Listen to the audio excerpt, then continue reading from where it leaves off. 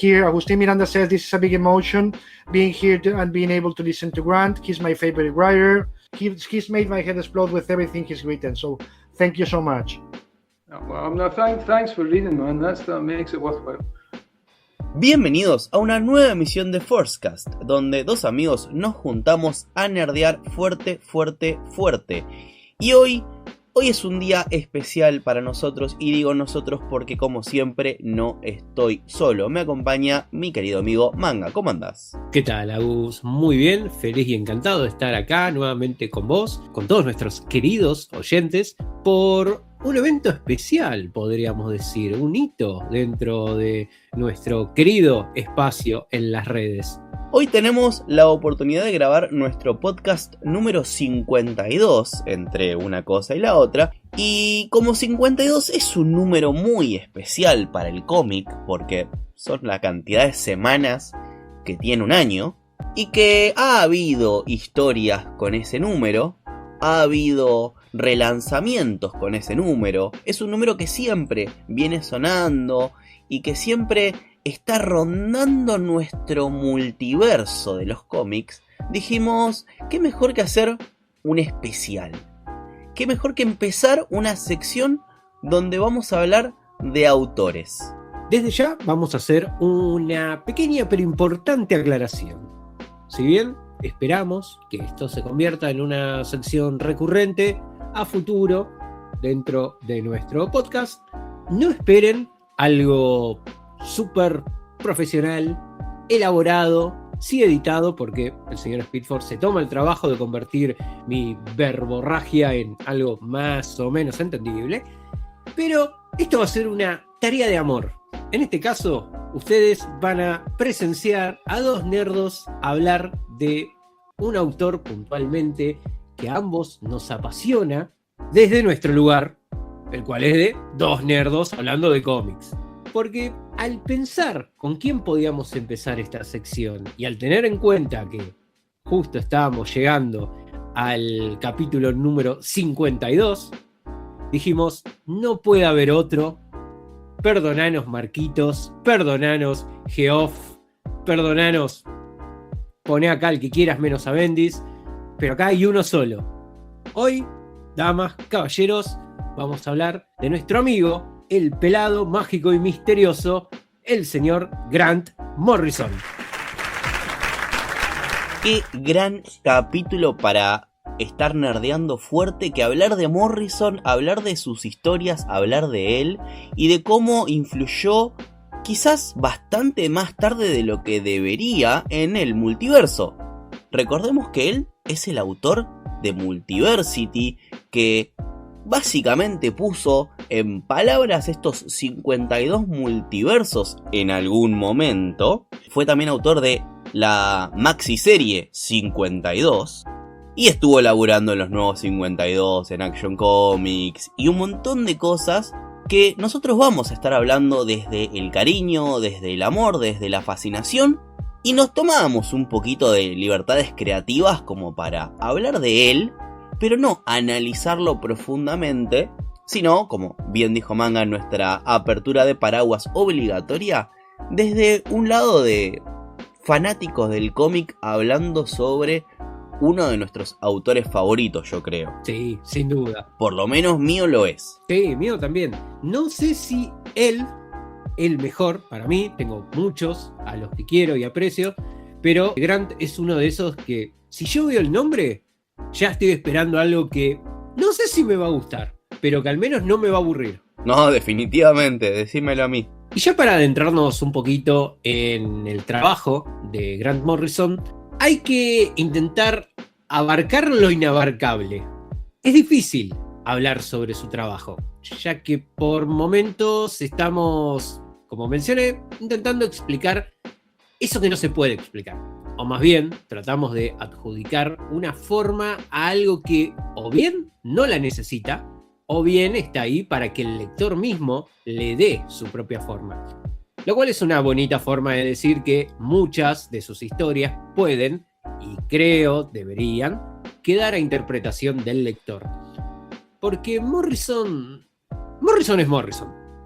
No hay otra forma de decirlo. Es una mezcla de escritor, filósofo, mago, Hippie, hippie, estrella de rock, algo de embaucador, algo de vendedor de autos usados y alguien al que con el tiempo le tomas mucho aprecio. Morrison ama el cómic como medio y por sobre todo ama a la figura de los superhéroes. Morrison toma esa idea super procesada y empaquetada cual patty genérico convertido en hamburguesa, te la acerca y te dice: mirá más adentro, está rica, porque para Grant las historietas no son un escapismo pasivo y vacío, son sistemas simbólicos capaces de modificar la conciencia, el comportamiento y la cultura misma. Y acá vos me podés decir, ¿con qué carajo te diste? con lo mismo que se dio Morrison. Exacto, bienvenido a Esto es Morrison. Hicimos un laburito analizando entrevistas, analizando su obra un poquito, leyendo, releyendo. Tomamos varios puntos, ¿sí? No vamos a abarcar toda la obra ni por casualidad.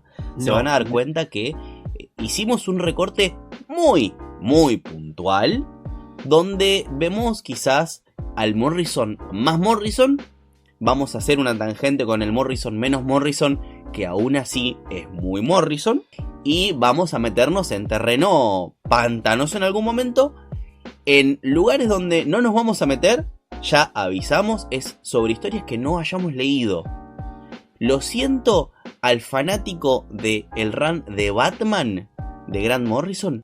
Yo lo leí, pero lo voy a dejar de lado.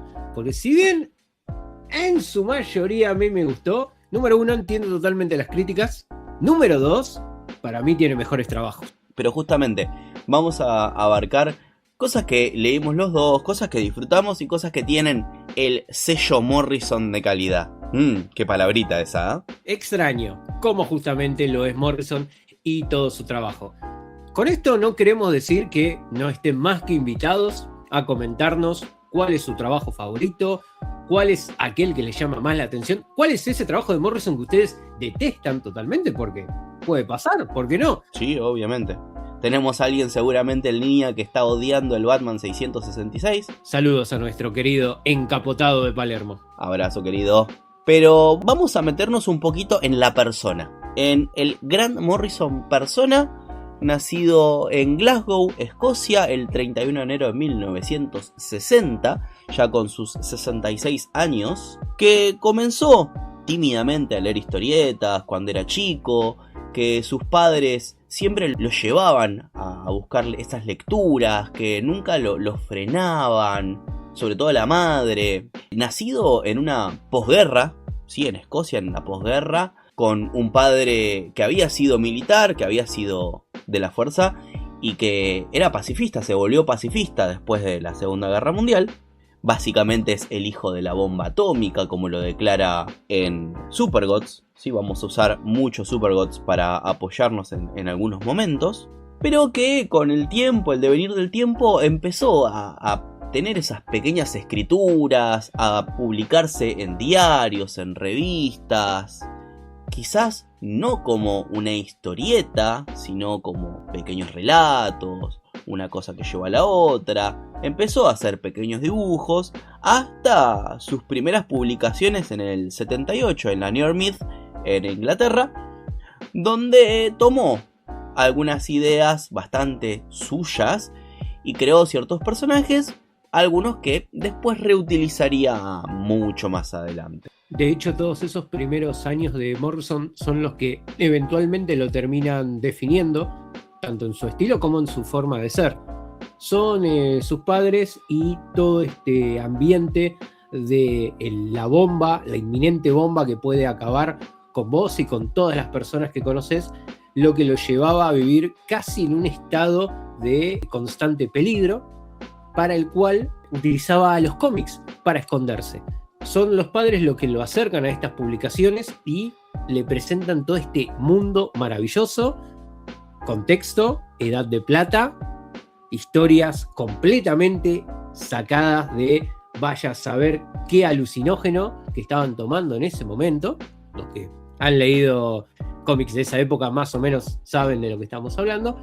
Y eso es lo que el joven Grant bebió a medida que iba creciendo.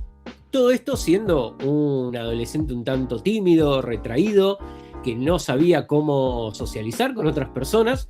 Al que le suene parecida la canción, bueno, como dice Led Zeppelin, la canción sigue siendo la misma.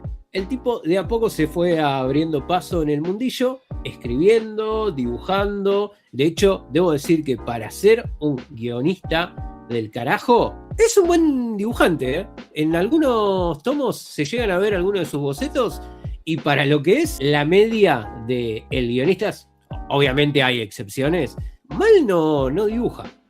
Sí, tenés los autores integrales que dibujan y escriben. Caso Lemire, por ejemplo, que tiene su propio estilo. Pero en muchos de los tomos donde él ha escrito, tenés bocetos de, bueno, yo quiero que la cover se vea así. Y tenés, por ejemplo, el boceto de Batman y Robin número 1 de Dick y Demian. Y el boceto original de Grant no está muy alejado de lo que después Quiley hace una maravilla. El chabón tenía la estética, yo quiero que se vea así, punto. Y hace buen laburo. O logos, o símbolos.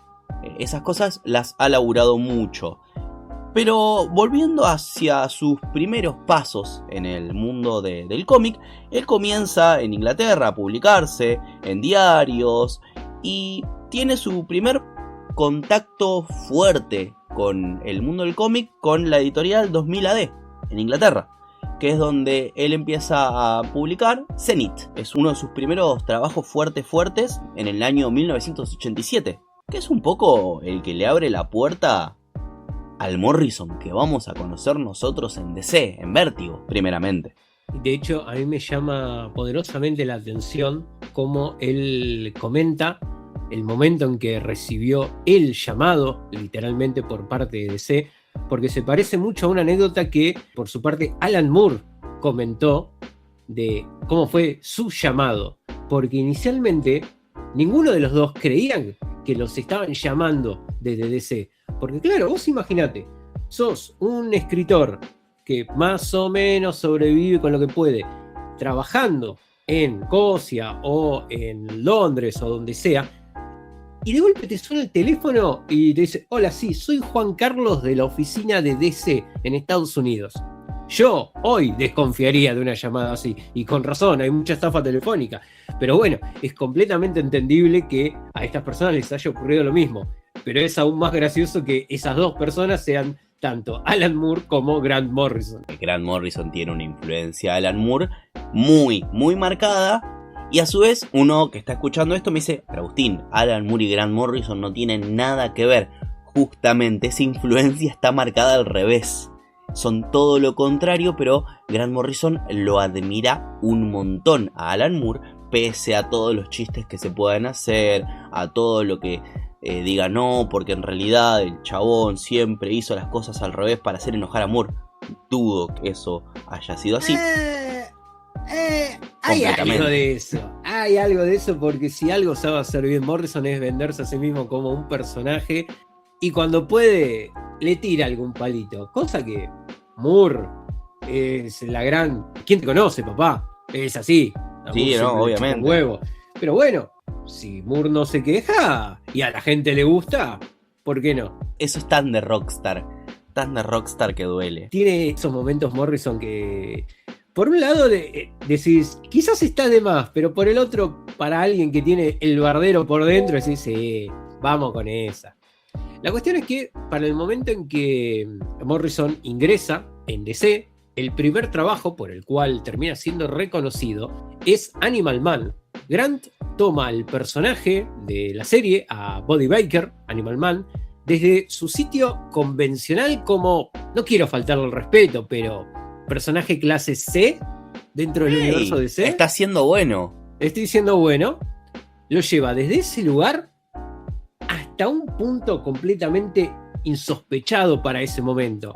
Básicamente lo arrastra hasta lo que sería la percepción misma que el personaje tiene de la realidad a su alrededor. Contexto comiquero, fines de los 80, salimos de las crisis, entramos en la época misteriosa y caótica, donde lo extraño de a poco se va convirtiendo en la norma, donde de a poco los colores se van apagando, todo se va volviendo más oscuro. Se trata de buscar una suerte de realismo, si se quiere.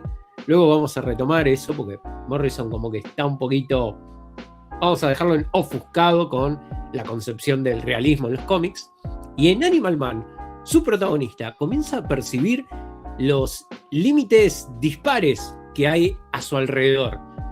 Por ejemplo, los cambios arbitrarios en la continuidad, que para un personaje ficticio son los cambios en su vida, en sus recuerdos. Lo que uno puede llamar el efecto Mandela, bueno, algo así, digamos. Solo que el efecto Mandela no existe, chicos, se están volviendo viejos, acéptenlo. Por otro lado, los mega eventos absurdos como norma, las resurrecciones milagrosas e imposibles, y de cómo su vida, y la de todos los que conoce, parecen depender de un autor invisible y un tanto sádico, si se quiere. Incluso el mismísimo Morrison se adentra dentro de este mundo, en un determinado número, como una entidad casi divina, pero un tanto ambigua en sus intenciones. Esta entidad crea vida, la manipula, la hace y la deshace, provoca sufrimiento por motivos artísticos. Y al final es quien decide quién vive y quién muere. Con esto, con una historia de vuelta pensada para un cómic, para algo que normalmente sería lo que lees mientras te subís a un colectivo, Morrison plantea una cuestión casi teológica, disfrazada de metaficción. Si existe un creador, alguien al cual podés conocer, al cual podés encontrar, no cuando te moriste y cuando ya todo terminó, sino en tu día a día, ¿cómo puede justificar el dolor? Si tuviésemos enfrente nuestro al ser que delimita nuestras vidas día a día, ¿qué le diríamos? ¿Lo acusaríamos de todos nuestros problemas? ¿Lo obligaríamos a darnos todo lo que nosotros creemos merecer? Y esa es la situación que se da en ese número. Es una historia rara, pero que ya te presenta todas las bases de lo que luego Morrison fue trabajando a lo largo de los años. Porque a Morrison, si hay algo que le encanta, es repetirse a sí mismo. No solo con esta cuestión de la metaficción, sino con la idea misma de la creatividad y de las ideas en general. Justamente Morrison tiene esto de meterse dentro de algunos cómics, y lo ha hecho en el último tiempito, hace no mucho, en el crossover entre Deadpool y Batman, específicamente Batman-Deadpool del lado de DC, como justamente el que termina solucionando todo, el escritor, que es el mismo personaje que entra dentro del mundo de Animal Man allá por los números 25-26, siendo el 26 el último número que él escribe, con él en la cover del número. Eso para mí es algo nunca antes visto, que la cover de un issue sea una foto del escritor con el personaje a sus pies. O sea, dame algo más morrisoniano que esa tapa. No hay.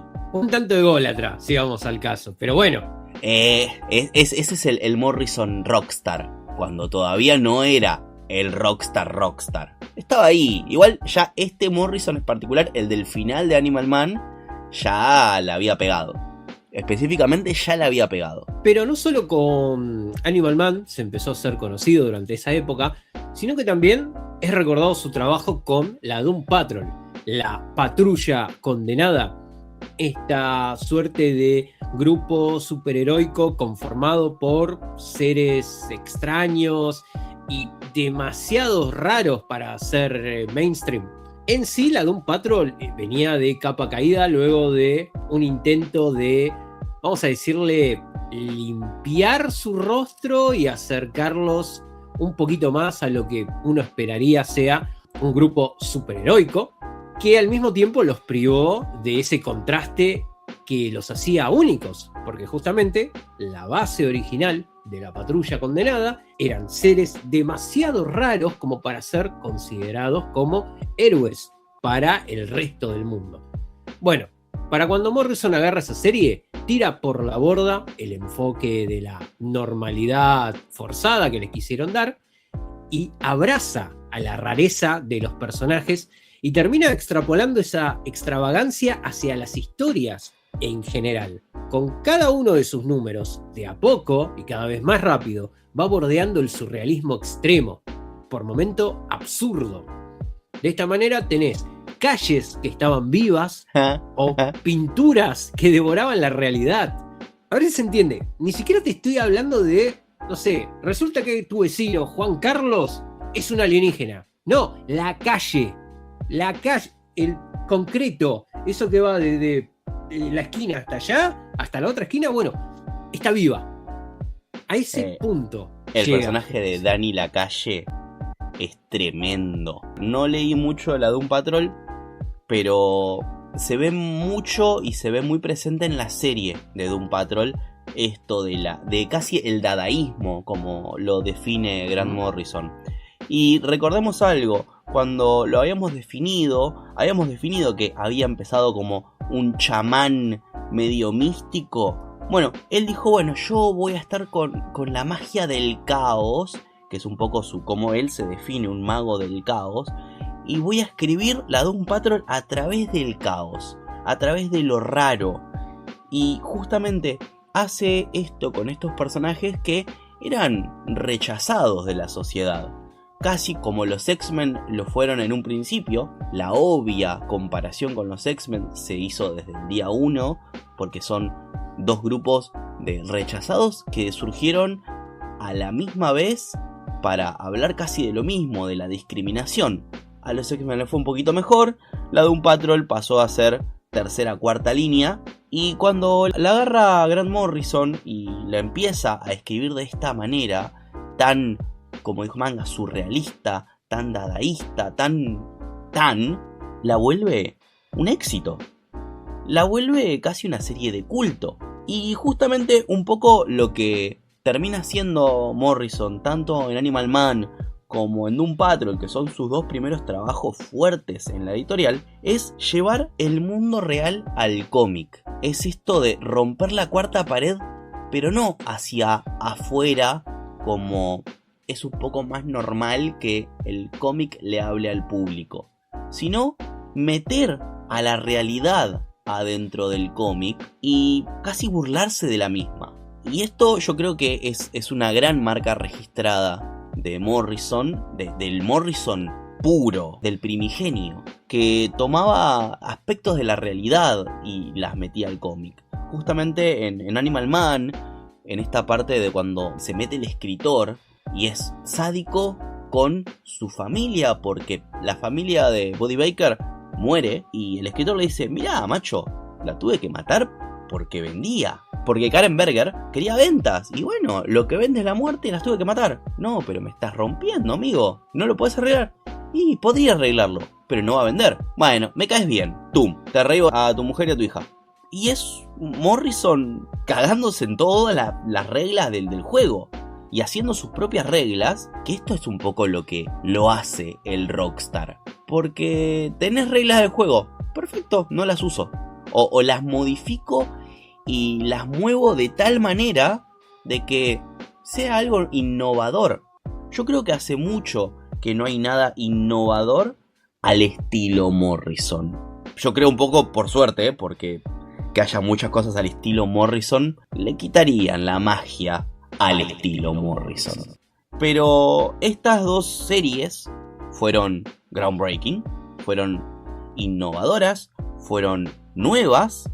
Y eso le abrió la puerta a escribir algo que estaban ahí laburando donde se dijeron, che, flaco, vos que escribís rarito, ¿querés escribirte esto? Está por salir una película, Arkham Asylum. Y Morrison dijo, dale, no veo por qué no.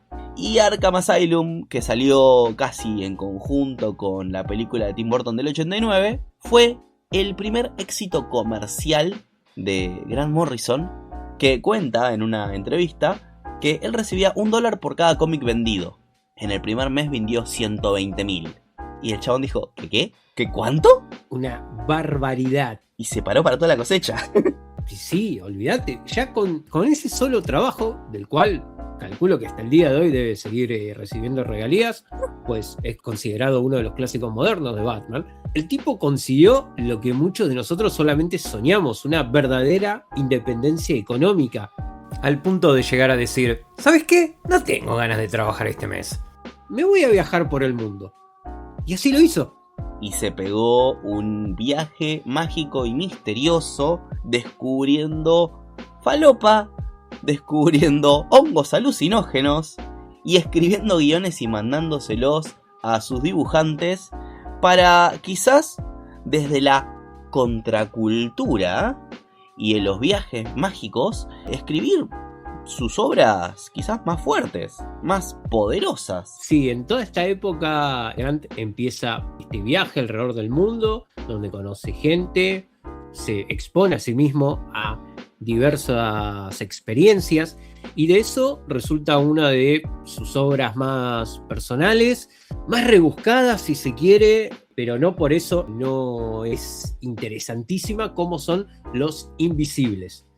La serie de Los Invisibles salió bajo el sello de Vértigo, como la mayoría de estas historias venían saliendo, y te cuenta la historia de un grupo secreto, ni siquiera de un grupo, sino de distintas células de grupos secretos, nuevamente, valga la redundancia, a lo largo del mundo, que no se conocen entre sí, pero que tienen una suerte de comunicación, cuya lucha es en contra del sistema mismo. Es una historia sobre la revolución silenciosa dentro de la sociedad, muy hija de fines del siglo pasado, con todo este concepto de el materialismo nos está llevando hacia la perdición, el ser humano está perdiendo eso que lo convertía en un ser vivo y consciente y se está convirtiendo cada vez más en una máquina o en una parte más del engranaje, y es necesario empezar de vuelta. En Invisibles utiliza todas esas ideas,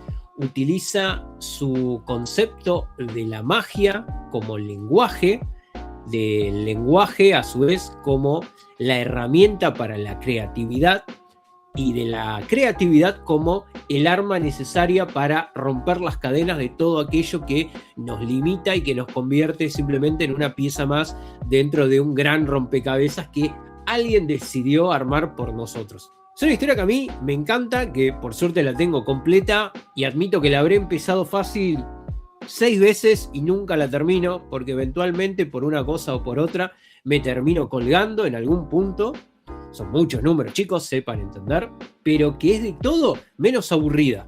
Es una historia que no te deja simplemente diciendo, bueno, no sé, me voy a hacer otra cosa. O te gusta, o te parece insoportable, o te entretiene, pero no la llegás a comprender del todo. Te genera algo, sin duda. Y es también uno de los tantos trabajos que de una forma u otra se terminó popularizando, pero no exactamente de la manera en la cual su autor lo tenía pensado. Justamente cerca de finales de 1999, mientras Morrison estaba de viaje en Australia, le dicen, oye, mate, ¿viste cómo hablan los australianos? Vamos a ver esta película que acaba de salir, que está re falopa y re buena. Bueno, dale, van a ver Matrix. Y cuando sale, el chabón dijo, che, qué buena película. Che, estos son Los Invisibles.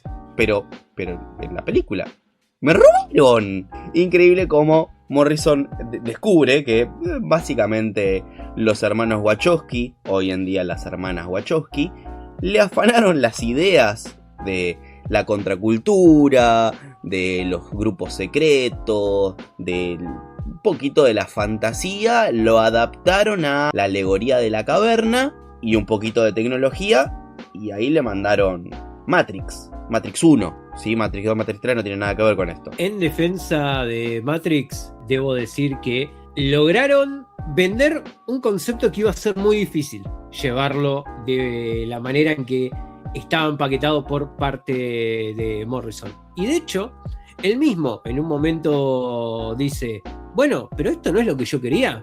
No quería que esta idea se popularice, que llegue hacia otras personas.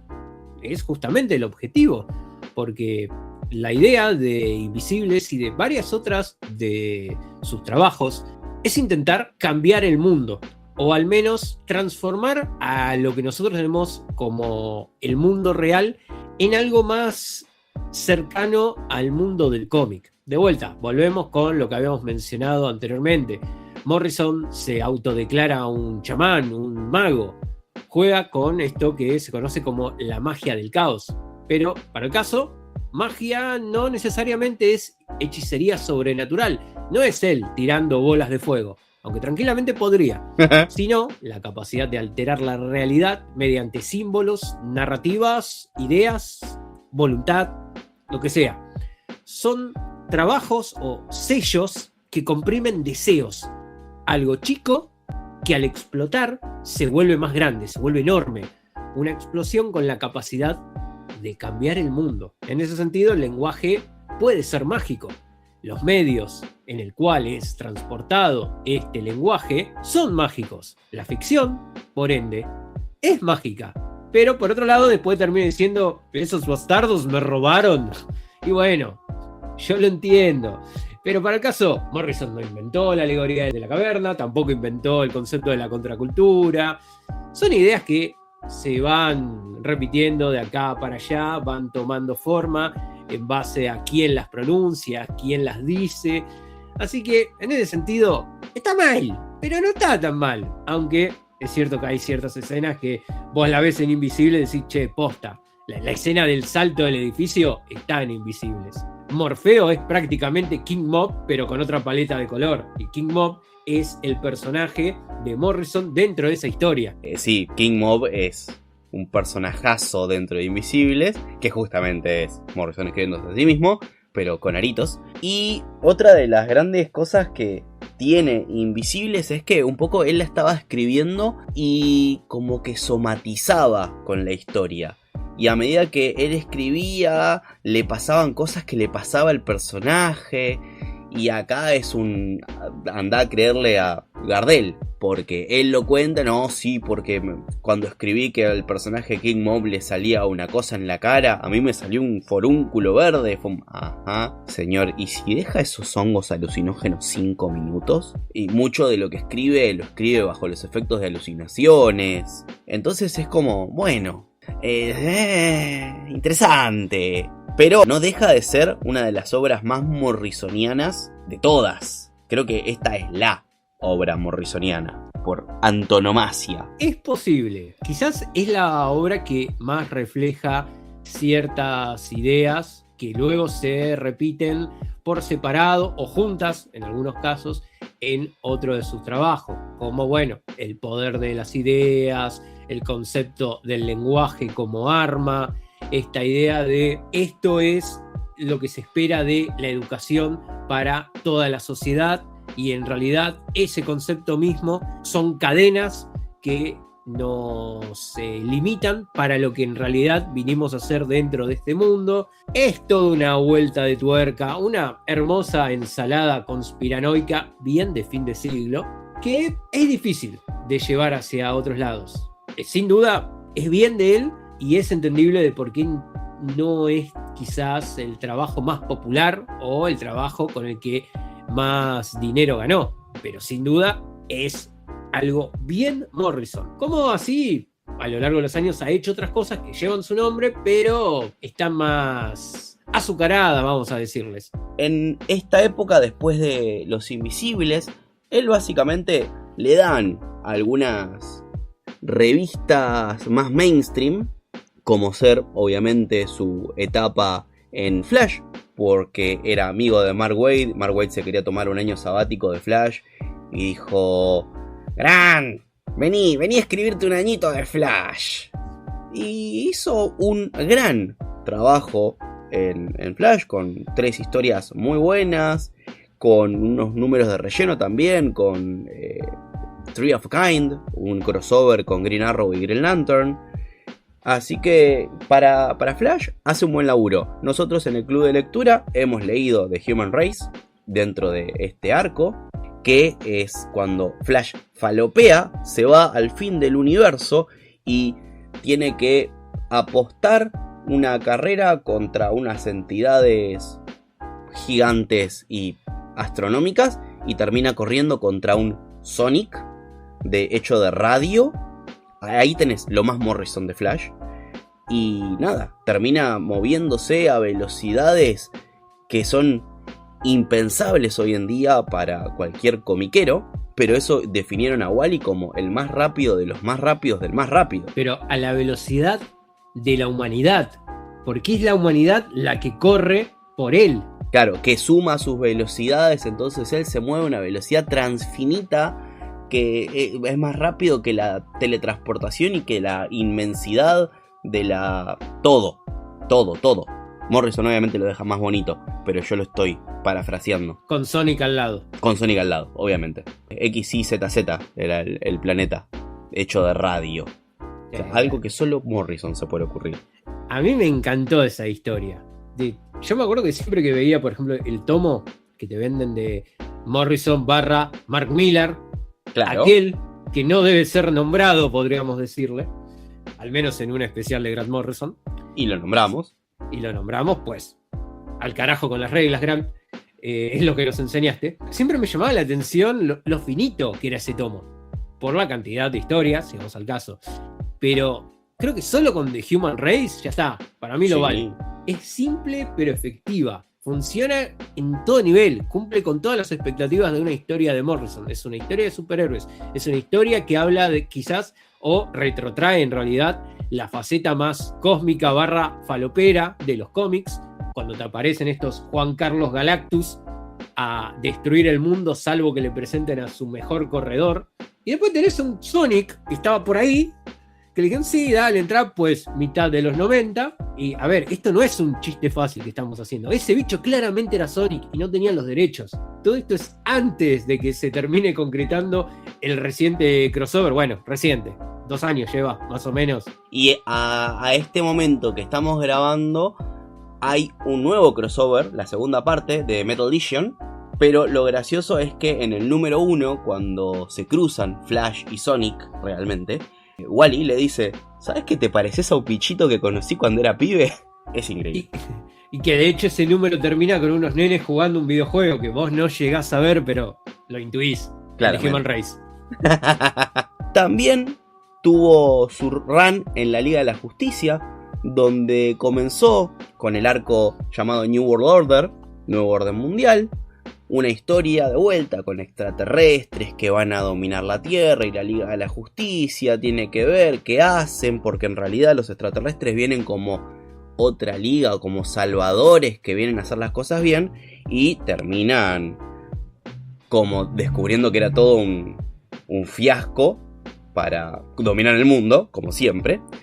Pero no solo eso, sino que tuvo un run más largo que en Flash, tuvo unos cuantos años ahí, y obviamente no podemos no mencionar su laburo con Batman, del cual yo personalmente no conozco nada. Bueno, ahora tenés la oportunidad, se está editando. Siempre podés leer más Batman, querido Patas Rápidas. ¿Más? Una página por año es más de lo que leo. Lo intenté. Pero siguiendo con el género superheroico, lo cual en un punto nos lleva a pensar, ¿en algún momento deja ese género? Sí, lo deja y mejor no hablar de eso. Grant hizo otra obra que, si no fuese por una puntual de mi querido Boy Scout Azul, yo diría que esta sería mi historia morrisoniana favorita. Y voy a hablar de la hermosa locura de la miniserie de Flex Mentalo, que qué bueno que fue recientemente editada en nuestro país. Chicos, esto se consigue, no sale caro, es una linda edición, y si pudiese obligarlos a que hagan una compra, los obligaría. Pero tan solo me voy a limitar a decir, háganme caso, compren eso. Como habíamos mencionado anteriormente, Morrison no busca hacer al cómic realista, sino que lo que trata de hacer es aproximar nuestro mundo al mundo de los cómics. Y Flex toma algo de eso. En el apogeo de su fabuloso delirio, los superhéroes en esta historia resultan ser reales, o más bien ficticios, pero reales en nuestras mentes. Los superhéroes vienen a representar esos ideales a los cuales nosotros intentamos aspirar. Esa voz que escuchamos incluso cuando éramos chicos que nos invitaba a soñar con algo distinto. Un mundo mejor, un mundo donde al final del día el bien siempre se impone ante el mal.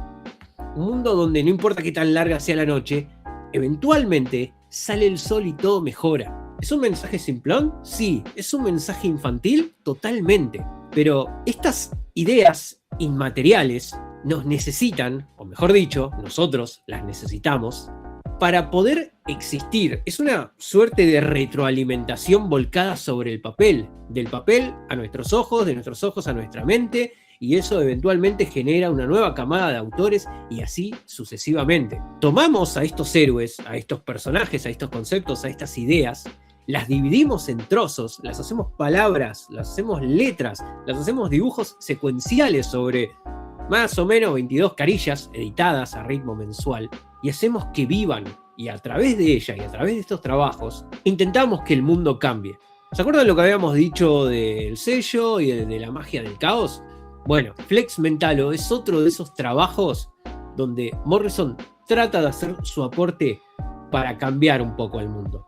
Durante los 4 números que te lleva a leer esta historia, vos ves, por un lado, un hermoso homenaje a las 4 eras del cómic norteamericano, al cómic de superhéroe. Ya saben, la era de oro, la era de plata, la era de bronce y la era moderna. Yo creo unos títulos que hoy en día ya están como un tanto en desuso, ya hemos hablado de esto. Más de una Pero vez. al mismo tiempo vemos la historia de un joven a lo largo de toda su vida, y de hecho me atrevería a decir que también aparece una versión futura en un momento, pero bueno, es una de esas historias donde mientras más veces la lees, más cosas encontrás, y de cómo cada momento percibe distinta a una historia. Todo esto con un personaje que claramente es ficticio dentro de un mundo real.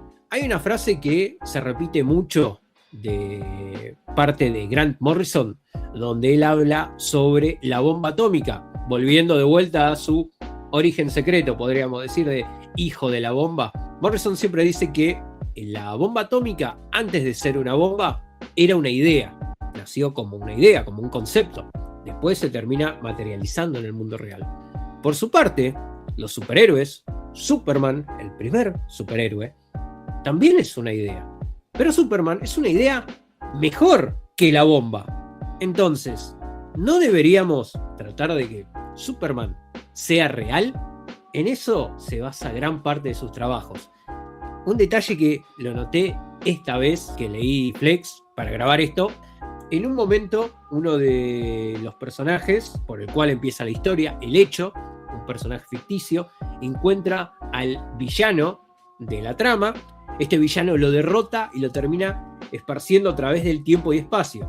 Tiempo y espacio que Morrison normalmente en sus historias te define como el movimiento de las páginas. Cuando vos lees un cómic, usualmente vas del principio al fin, pero si vos querés, siempre podés volver a releer una cosa. Bueno, básicamente, vos estás viajando a través del tiempo y espacio de ese mundo. Durante esos 4 números, vos ves al personaje de El Hecho apareciendo de fondo, moviendo objetos o interactuando, o simplemente haciendo cosas que hasta ese momento a nosotros nos parecen maldades, pero en realidad está tratando de dejar todas las piezas en su lugar para que el protagonista, Flex Mentalo, pueda llegar al final de la historia. Y el comienzo del primer número, la primer carilla que vos encontrás, es un primer plano, en el primer cuadro, a una bomba que el personaje, de vuelta, ficticio, arroja hacia el lector, o sea, hacia nuestro punto de vista, y la bomba explota y ahí comienza la historia. Yo llegué a ese punto y dije, primero, otra vez lo mismo, Morrison, dale, siempre con la misma canción. Pero por otro lado no pude más que decir, qué groso que sos, pelado, cómo te quiero. Me encanta que juegue constantemente con estos conceptos, porque a veces no quedan del todo claros. Yo creo que Morrison es un autor que se presta mucho a la relectura. No es lo mismo leerlo la primera vez, no es lo mismo leerlo la tercera o cuarta vez. Encontrás cosas nuevas, rescatás otros matices que normalmente se te hubiesen pasado de largo. Vos mismo podés estar en otra situación de tu vida, como el personaje dentro de la historia de Flex, y empezás a notar todo un nuevo espectro que estaba ahí, pero vos no lo habías llegado a ver, o simplemente no tenías ganas de notarlo. Y de hecho, hay una frase, creo que es en el 4º número, que me encanta, que la leí y creo que define muy bien todo esto que veníamos diciendo. Esto de aproximar nuestro mundo al de las historietas, porque ¿por qué vamos a convertir al cómic en algo oscuro, aburrido y feo, como puede llegar a ser nuestro mundo, como muchas veces lo es, y no, por su parte, tratar de convertir a nuestro mundo cínico en algo un poco más optimista, como el mundo de los superhéroes? En una parte, uno de los personajes le dice al villano: solo un adolescente amargado confundiría realismo con pesimismo. Uy, ese palito. Que el cachetazo le duela al que le tenga que doler. Perdónenme. Anota. ¿Empezamos con los nombres? No, porque si no, no paramos. Haciendo amigos en Forcecast. Pero voy a parar con Flex Mentalo porque en serio podría estar hablando horas de esto. Me encanta. Y por favor, vayan a comprarlo. Para pasar a otro trabajo de Morrison, otro trabajo dentro de DC, uno que fue un tanto polémico en su momento y creo que todavía al día de hoy lo es, como fue Final Crisis. Dame un nombre más vendehumo que Crisis Final. Creo que no tengo, porque de final en realidad no tiene mucho. Final Crisis es otro de estos maxi eventos que a esta altura estamos todos acostumbrados, que todos sabemos cómo funcionan, donde ocurre algo y el universo nunca volverá a ser el mismo. Por 59ª vez. En esta historia vemos cómo Darkseid, el gran oponente del universo DC, finalmente logra conseguir la ecuación antivida, este concepto metafísico que tanto lo venía obsesionando durante tantas décadas, con el cual consigue el control absoluto sobre la mente y lleva a la Tierra al fin del libre albedrío. Esto básicamente viene a ser la muerte de la creatividad, la muerte de este caos mágico que se viene trabajando. De nuevo, una idea, pero en este caso es una idea en forma de arma, una idea capaz de esclavizar a la conciencia misma de las personas. Me encanta cómo, y no sé si te acordás de esto, cuando empieza Final Crisis, empezamos a ver como una narración que de a poco va cambiando de color. No sé si recordás cómo empieza. No hagas trampa, no vayas a buscar el tomo. No lo recuerdo. Que en cierto punto percibimos como la voz del universo, hablando de cómo está llegando a sus últimos días y que cómo de a poco todo se está terminando. Bueno, a medida que va avanzando esa historia, ese texto y esos bloques van cambiando de color. De a poco pasan entre rojo a blanco a amarillo y eventualmente, ¿te acordás cómo termina el primer número? Con la aparición de Barry Allen. Claro. Es Barry Allen, deteneme si ya escuchaste esta idea, siendo la voz del universo. Barry contando cómo la historia del universo está a punto de llegar a su fin. Ey, creo que hablamos de eso hace poco. Puede ser, quizás durante 4 episodios. A ver, Final Crisis tiene un montón de problemas, en mi opinión. Es otra de estas historias que en cierto punto se ven dañadas por la necesidad constante de vender, la necesidad de qué buena esta idea que tenés para tu serie principal, permitímela que la voy a cortar en pedacitos y la voy a vender como un spin-off que necesariamente van a tener que comprar para poder entender lo que está pasando en aquel otro número. Cómics, chicos, son así, ya sabemos cómo funciona esto, si no, pregúntenle al pobre Aníbal Mann. Pero a mí lo que me deja, o lo que me dejó en ese momento, más allá de un importante dolor de cabeza, literalmente recuerdo haber leído el último número y agarrarme la cabeza con las manos y decir, esto me gustó, pero me duele la cabeza porque tuve que releer partes. Me quedo con el final de Superman utilizando la máquina Milagro, una máquina que podía moldear la realidad para desear un final feliz para todos.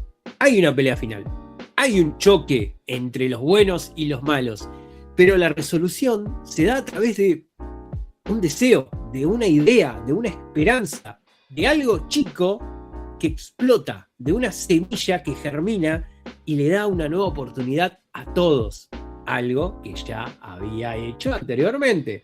Morrison repitiéndose, volviendo a utilizar las mismas herramientas, volviendo a tocar la misma canción, porque la canción sigue siendo la misma. En Final Crisis nosotros vemos cómo esa ecuación antivida se ve a través de pantallas. Y es un poco la crítica que Grant Morrison en esa época le hace, un pequeño palito a la internet, y cómo eso convertía a todos en esclavos. Muy sutil Grant Morrison en ese sentido. Y lo vemos como el enemigo a vencer. Lamentablemente, Grant, te contamos, perdimos. Pero es una de esas historias que decís, ¡fa! ¡Qué locura! A mí, la verdad, es una de mis historias que más me gusta de Grant Morrison. Es una de las que me llega porque, bueno, vuelve Barry. Pero además de eso, yo le encuentro ese movimiento en esta otra dimensión y ir para atrás, para adelante. Es algo que él menciona mucho en Supergods, el tema de cómo el lector puede cambiar el tiempo, puede moverse a través del tiempo, y la linealidad de la historia no es tal, porque uno puede agarrar una historia en cualquier momento y cuando la deja de leer, frena el tiempo. Y eso, ¿dónde lo vemos también? Eso lo vemos mucho en Multiversity. Multiversity, que es una de sus obras no más mainstream, creo que la más mainstream por fuera de Final Crisis es Arkham Asylum, pero una de las más fuertes que tiene es que le dieron el laburo de, bueno, arreglate con la nueva realidad en ese momento y definí cómo va a ser nuestro multiverso a partir de ahora. Definí las tierras, armate una historia, y el chabón se mandó 9 cómics, 2 que se llaman Multiversity y 7, ponele que spin-off, que te lo venden todo junto, a través de varias tierras contando una historia de una idea que está en un cómic que puede acabar con el universo completo. Y de vuelta, es la idea, es el cómic. Y ahí Morrisoneando nos deja el hermoso mapa del multiverso, con sus 52 tierras, la esfera de los dioses, la Speed Force y la mar en coche. Y la verdad que me encanta. Aparte, Flash tiene unos momentos en el cómic donde es ¡guau! ¡Qué locura! Así que no, yo estoy muy contento con Multiversity también. Hay una parte que yo siempre rescato de Multiversity, de cómo debilitan a el Gentry, al gran enemigo a vencer, Sí. con las críticas de internet. Sí. Es buenísimo, porque justamente la percepción de un concepto en cierto punto lo define. Y para hacerla corta, para aquellos que no lo hayan leído ni tengan la intención de ellos, aparece un enemigo teórico, podríamos llamarlo, porque al principio no tiene una forma definida, sino que es más una sensación. Es esta ola de creatividad negativa que llega a las historias a estancarse. Terminan debilitándolo, presentando este concepto a las masas. La percepción de esta criatura termina siendo afectada por la reacción de la gente.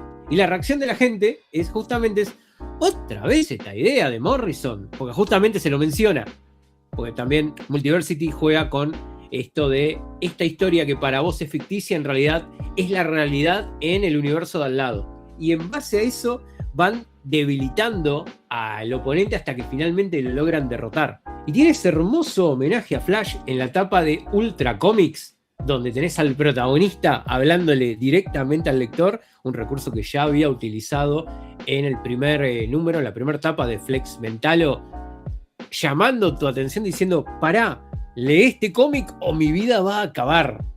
Hermoso, porque siempre se las arregla para volver a hablar de la historia del cómic en general. Y eso creo que es lo que más me gusta de Morrison, el cariño que le tiene al medio. Y mirá que, preguntale a Alan Moore, si no, el medio a veces puede ser bastante sorete, te puede tirar abajo. Y sin embargo el tipo siempre sostuvo lo mismo, que los superhéroes están ahí para sacar lo mejor de nosotros. Y si de lo mejor hablamos, no puedo evitar caer nuevamente, o ni siquiera caer, sino elevarnos hablando de mi trabajo favorito de Grant Morrison, All Star Superman. Uy, mirá qué lindo que suena el fondo. Un trabajo que encima realiza, creo yo, con su mejor dibujante habitué, que es Frank Quitely, Franquito para los amigos. Y mirá que Morrison ha tenido duplas con otros artistas, pero Morrison y Quitely es éxito asegurado, donde quieras. Son 12 números de una historia que por un lado es bastante personal para Superman, pero por otro lado es prácticamente una odisea para el Hombre de Acero, pues descubre que por acciones de su archienemigo, el malvado y fabuloso Lex Luthor, está muriendo, le queda poco tiempo de vida y por ende el Hombre de Acero tiene que decidir qué va a hacer con ese tiempo que le resta. Es muy personal porque todos eventualmente vamos a tener el momento donde vamos a estirar la pata, por ende es algo que es un concepto que le puede llegar a cualquier persona en cualquier momento. Pero por otro lado tiene un tamaño enorme como puede ser cualquier historia de Superman, porque que otra cosa que siempre dice Morrison, que Superman no es un personaje aburrido, como algunos tratan de evidenciar de forma bastante molesta, sino que tiene problemas como todos. Pero cuando, por ejemplo, a una persona normal no le arranca el auto a la mañana, Superman capaz que se levanta y ve como la luna no se ocultó, sino que está cayendo hacia la Tierra, y tiene que arreglar eso antes de llegar al trabajo. Tiene problemas, pero tiene problemas a un nivel súper. Y en este caso, ¿qué haces cuando sabés que te queda poco tiempo de vida? ¿Qué haces con el mundo? ¿Qué haces con todo ese potencial que tenés? ¿Qué haces cuando el día después de que vos no estés, llegue un villano que solo vos podías derrotar? Todas esas ideas están ahí. Es un trabajo tan hermoso, con tanta pasión, que al mismo tiempo es tan personal, porque hay ciertas cosas de la vida de Morrison que están volcadas ahí. El número donde muere Jonathan Kent, Morrison mismo lo ha dicho, plasmó el sentimiento que tuvo ante la pérdida de su padre en la vida real. Tiene este concepto hermoso que se da en el capítulo Never Ending del concepto de Superman y del superhéroe, por definición, para el mundo real. No lo voy a spoilear, ya lo he spoileado en otro momento, pero bueno, el que se acuerda, se acuerda. Ya hemos hablado de eso un montón y es un hermoso número, así que vayan a buscar donde hablamos de eso en algún momento para comerse el spoiler, pero sí. O mejor aún, si no saben de lo que estamos hablando, vayan y consíganse All Stars, porque está editado por todos lados. No lo recomiendo como su historia inicial para Superman, porque en ese sentido yo creo que no funciona del todo. Pero si más o menos tenés una idea de quién es el personaje y de su lugar dentro del cómic y de la cultura pop en general, bueno, ahí puede ser que funcione. Realmente es una historia de la cual yo podría hablar horas y ya. Con Flex puedo estar una hora, acá puedo estar un día entero, porque tiene un montón de matices, tiene un montón de puntos, cada capítulo tiene algo que lo define. Cada capítulo está pensado en cierto punto como una... Bueno, salvo los capítulos dobles puntualmente, pero está pensado como una historia autoconclusiva que a su vez forma parte de algo más grande. Tenés conceptos tan simples y tan maravillosos como por ejemplo el mundo bizarro, donde todas las criaturas vivas son duplicados imperfectos de las personas que viven en la Tierra, lo cual incluye a Bizarro, y el Bizarro de Bizarro es Cibarro, el único hombre cuerdo en un mundo de locos. Es genial, genial y es estúpido y me encanta. Es increíble cuando tenían que armar una nave espacial y el único que tenía 2 dedos de frente era Cibarro, por Dios. Y todos decían que estaba loco. Y el que tenía que encender la mecha era el hombre más lento del mundo. No, es una locura cósmica hermosa. Tenés, bueno, el Evangelio según Lex Luthor. ¡Qué buen capítulo! Creo que es el número 4, si no me equivoco. Todo un número desde el punto de vista de Lex Luthor, que está encerrado en ese momento y el cual recibe una visita de Clark Kent, quien le va a hacer una entrevista, ya que Lex Luthor está condenado a muerte. Luthor, a su vez, está llegando al final de sus días. Spoiler, no es así, pero bueno. Y tenés toda la historia relatada por Luthor. Y al mismo tiempo ves cómo él, dentro de su egoísmo cabeza de tacho, puede morir en cualquier momento si no fuese porque Clark está ahí para ayudarlo pero lo tiene que hacer sin que Luthor se dé cuenta. Y al mismo tiempo tenés esta faceta genial del personaje, porque así como es egoísta y ególatra, es un humano que en cierto punto su egoísmo hacia Superman nace en base al miedo. Porque cuando Luthor le muestra sus músculos a Clark Kent y le dice: tóquelos, Kent, tóquelos, estos son verdaderos músculos humanos, no músculos de un alienígena. Es el tipo demostrando el esfuerzo que puso para llegar a eso. Son estos pequeños detalles que te convierten a personajes que tranquilamente podrían ser planos en algo más. Me voy a detener acá, porque no puedo ir número por número, y las ganas que tengo de hablar del número 10, pero no lo voy a hacer porque es mi número favorito de toda la colección. He mencionado que es mi número favorito en general en todos los cómics, pero en serio, chicos, si nunca leyeron All Star Superman y tienen la oportunidad, dense ese gusto.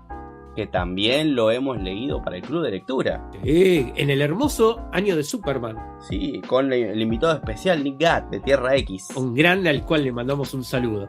All Star Superman yo creo que es una de esas obras hermosas que le hacen bien al mundo y que yo creo que Grant Morrison tiene no solo respeto, sino amor por todo eso, amor por el superhéroe, amor por las historias, amor por contar una buena historia y amor por la bondad. Yo, dentro de todo lo que he leído a Morrison, me he pasado leyendo Supergods, es una de las lecturas quizás más recurrentes mías en prosa. Y he tratado de leer otros trabajos de Morrison que son quizás más morrisonianos y menos comiqueros, y me ha costado, todavía me debo terminar de leer Luda, no es algo fácil de leer, pero yo creo que todo lo que estuvimos trabajando y leyendo acá son cosas muy hermosas, todo tiene una arista que nos deja un mensaje. Yo creo que lo principal de las historias de Morrison es el mensaje que no te está revoleando en la cara, sino que te lo está dejando sutilmente. Y un poco lo que ha dicho en varios lados es que cuando hay algo que está todo tan mal y vos te decís no quiero seguir más porque está todo mal, porque te das por vencido, la idea del bien que tienen los superhéroes, que son la antonomasia del bien, hacer el bien por hacer el bien, Superman, los superhéroes, son ideas que también vinieron del hombre. O sea que el hombre que piensa en el mal es el mismo ser humano que también pensó en el bien. O sea que hay una esperanza. Y yo creo que All Star también nos está mostrando esa esperanza. Y es algo que nos ha mostrado Grant Morrison a lo largo de todo su trabajo. Que nos ha mostrado realidades, nos ha mostrado irrealidades, ¿sí? Fantasías, cosas mágicas, cosas misteriosas. Hay un montón de trabajos que no hemos leído, que ha tocado un montón de lados. No hemos mencionado trabajos como por ejemplo su run de Green Lantern hace unos años, donde en un anual trae de vuelta el bichito de radio que corrió con Flash. Bueno, no el mismo, pero del mismo planeta. Su run con X-Men, su gran run con X-Men. También no nos metimos en la historia del crossover de Batman Deadpool porque han hablado un montón nuestros amigos, sobre todo los chicos de El Diván de los Héroes, con la Doc, con Alan, con Tommy, sobre los crossovers. Pero yo creo que este especial que hicimos fue más para homenajear a Grant, para hablar de él, para mostrarle nuestro cariño, porque yo creo que así como él escribe para que nosotros lo leamos, esto también está hecho para que él lo escuche. No veo por qué no. Es una linda idea, un lindo sueño. Yo no tengo dudas. Grant no se escucha. Y si no, Mark Waid le va a decir que no se escuche. Yo de todas estas cosas me quedo con simplemente 2 puntos. Una, gracias por escucharnos. Gracias por bancarse todo este hermoso divaguismo, podríamos decirle. Anti-rant. Anti-rant, me gusta ese concepto. Entre 2 fanáticos del cómic y 2 fanáticos de este autor, puntualmente. Creo que se entiende por qué nos gusta tanto su obra. Porque siempre que se lo anuncia para algo, estamos más que dispuestos a leerlo. Y retomo la idea loca y descabellada que tiene Morrison de utilizar la magia del caos para cambiar el mundo, porque así como él muchas veces explica de cómo se puede crear un sello mágico, a través de palabras convertidas en un símbolo, en más de una ocasión ha declarado que sus trabajos en sí mismos son sus propios sellos. Y lo que busca con estos es cambiar el mundo, hacer que nuestro mundo se vuelva un poquito más como el mundo de los superhéroes. Y, si se puede, hacer que los superhéroes se vuelvan reales. Y yo creo que en un cierto punto lo logra, porque si un personaje que es tan solo un montón de tinta y de trazos en una hoja plana logra generarte algo, logra hacer que vos como persona de carne y hueso actúes de una mejor forma de la que normalmente lo harías, yo creo que ese concepto y esa idea se vuelve real. Y por eso es que lo banco tanto al pelado. Qué lindo que es lo que acabas de decir. Y mientras lo decías, yo iba pensando un par de cosas. Por ejemplo, el hecho de los cosplayers que llevan una idea, un dibujo, lo hacen tridimensional y lo viven. O los fanáticos que persiguen un personaje, una idea, un valor.